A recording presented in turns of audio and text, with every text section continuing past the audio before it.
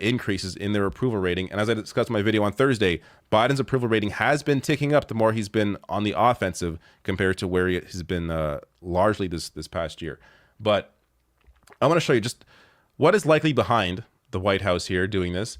And that's this person here, Meghan Coyne, the voice of New Jersey, is headed to the White House. So she apparently runs the White House social media account. And that's significant because this is the person who ran this very popular New Jersey account, replying here to someone who said, "Who let New Jersey have Twitter?" And she replied, "Your mom." So and this says almost 500,000 likes. So, you know, hiring someone who knows how to use Twitter was a good move by the White House. Now, in terms of Biden, so we will get to some clips from Joe Biden. So this is having to do with his rally. So Biden stepped onto the campaign trail with a rally in Rockville, Maryland, hosted by the Democratic National Committee. The event comes as once dreary prospects for Democrats appear to be improving in the upcoming midterm elections. He used the opportunity to drive home the danger of letting Trumpism take back control of the country. And I'm going to get to another insane criticism of something Biden said during this rally. But first, I'm going to show you a series of clips here of just his attitude, his demeanor, his actual fight that he showcased during this rally. You and 81 million Americans voted to save our democracy. That's why Donald Trump isn't just a former president. He is a defeated former president. We also included a provision that would have allowed anyone with diabetes, including those kids and their families, that should get charged somewhere between $600 and $1,000 a month. How would you feel like being a parent, looking at your kid and knowing you didn't have the insurance, and knowing if they did not get that insulin, they may die? There's thousands of people in America going through that. And these Republicans ripped that out of the bill, but we're coming back. The court, in its opinion, used the phrase that women have a right to vote and change this. Well, guess what? MAGA Republicans don't have a clue about the power of women. Let me tell you something. They are about to find out. Oh yeah. Do you want to put your Social Security in the hands of Ted Cruz and Marjorie Taylor Greene? I mean it. I don't know how to how to react to that, because who is this guy? Where has this Joe Biden been this entire time? This is how he should have been acting for his entire administration, not just on the campaign trail in the midterms. This is the approach he should always be taking. Be on the offense. Actually fight Republicans. Show some emotion, some anger. I am shocked, absolutely shocked at how solid that was.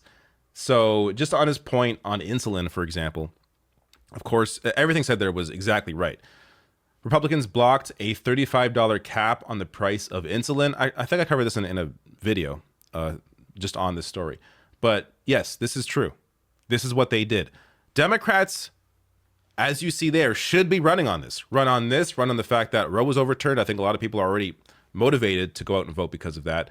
And also run on what has been accomplished, even though I've been very critical of Biden. There's been, nowhere near what he promised in his agenda. And he could have fought a lot harder for Build Back Better. But putting that aside, student debt cancellation is a massively popular issue. I covered the details of that yesterday. Almost even so, I think it's like 45% of Republicans even support it. So a majority of independents, of course, majority Democrats, and almost half of Republicans support at least some student debt cancellation. And more than half of people who don't even have any student debt, never had student debt, support at least some student debt cancellation. It is a very popular issue.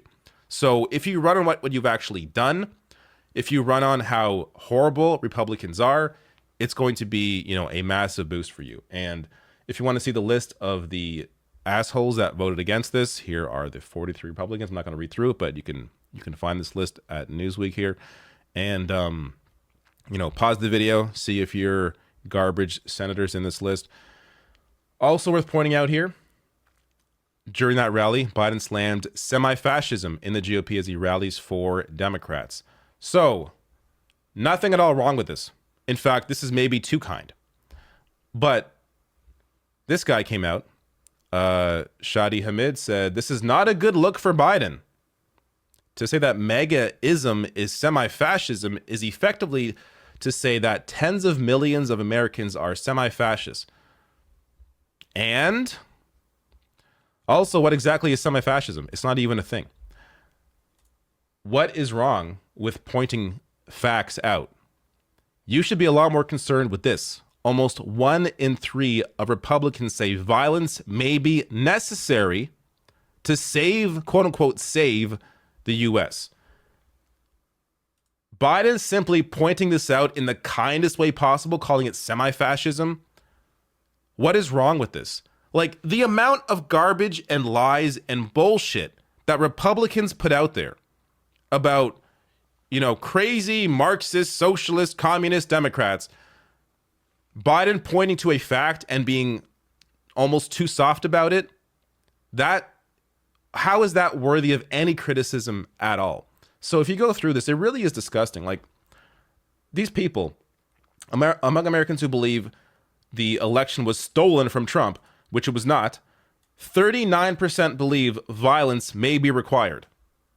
A lot more people should be ringing the alarm bells about this, including sitting politicians. But it's insane that anybody would criticize that. And like this idea that, if you're kind to the fascists, then they'll see how nice you are and then they'll like you. Like, it is so completely stupid. And that's largely been Biden's strategy, is being kind to the right. I mean, he still compliments Mitch McConnell, calling him an honorable man. He's a man of his word. He's a nice guy. He's my friend. Meanwhile, like he literally stole at least one Supreme Court seat from the Democrats. So having this kind of kind approach to the right is not going to benefit anybody, and just helps lead everyone towards fascism. You actually have to be willing to fight these people and fight them rhetorically. And this from Biden really is the bare minimum. So it's, the beginning here. It's good to see. I hope there is more of it. But at the same time, I am kind of surprised that there is any of it, that he's actually fighting, showing a willingness here to call out the fascists where he sees them, while also defending excellent moves like canceling student loan debt. Biden, he has to continue this strategy. And if they show this and continue this, not just in the midterms, but past the midterms and into the future, then the Democratic Party can actually see some real transformation and has the potential to be a fighter for the working class, assuming some people in leadership get replaced first.